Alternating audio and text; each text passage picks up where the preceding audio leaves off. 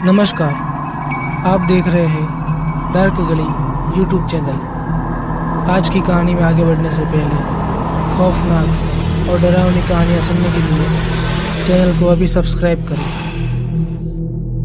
आज की कहानी बंगाल में रहने वाले सलीम की है। तो चलिए बढ़ते हैं आज की कहानी की ओर। सलीम एक बहुत ही मेहनती और ईमानदार आदमी था। सलीम की उम्र 35 साल की थी, लेकिन अभी तक उसकी शादी नहीं हुई थी। सलीम के घर वाले काफ़ी समय से सलीम के लिए लड़की ढूंढ रहे थे, लेकिन उम्र ज़्यादा होने की वजह से सलीम को कोई भी लड़की नहीं मिल रही थी।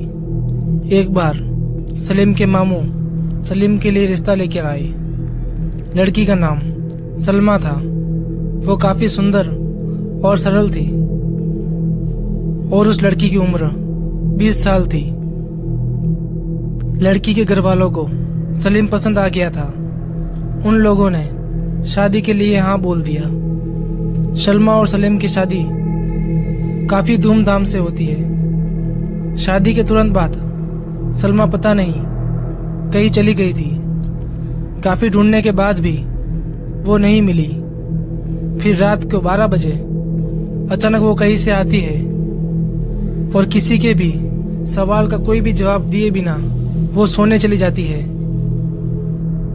सलीम और उसके घर वालों को लगता है कि शायद सलमा थक गई होगी, इसलिए वो ऐसा बर्ताव कर रही है। सलमा और सलीम दोनों सोने चले जाते हैं। सुबह जब सलीम की आँख खुलती है, वो अपनी माँ को आवाज़ लगाता है, लेकिन उसकी माँ नहीं आती।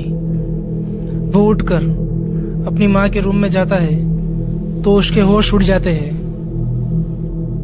उसकी माँ की लाश नीचे पड़ी हुई थी और ऐसा लग रहा था कि किसी ने उसकी मुंडी पकड़कर 5-6 बार घुमा दिया हो, जिसकी वजह से उसकी मौत हो गई। पूरे घर में मातम छा जाता है, लेकिन पूरे जनाजे में सलमा के चेहरे पर एक कातिल मुस्कान रहती है। फिर कुछ दिन बाद सलमा और सलीम रात को अपने कमरे में सो रहे थे। तभी सलीम को घर की छत पर कुछ आवाज़ आती है। वो उठकर देखता है तो उसकी जान निकल जाती है। सलमा घर की छत पर उल्टी लटक कर भाग रही थी। सलीम को देखकर वो नीचे आ जाती है और सलीम का गला पकड़ लेती है और मर्दानी आवाज़ में बोलती है, सलमा सिर्फ मेरी है, कोई भी हमारे बीच आया उससे जिंदा नहीं छोड़ूंगा।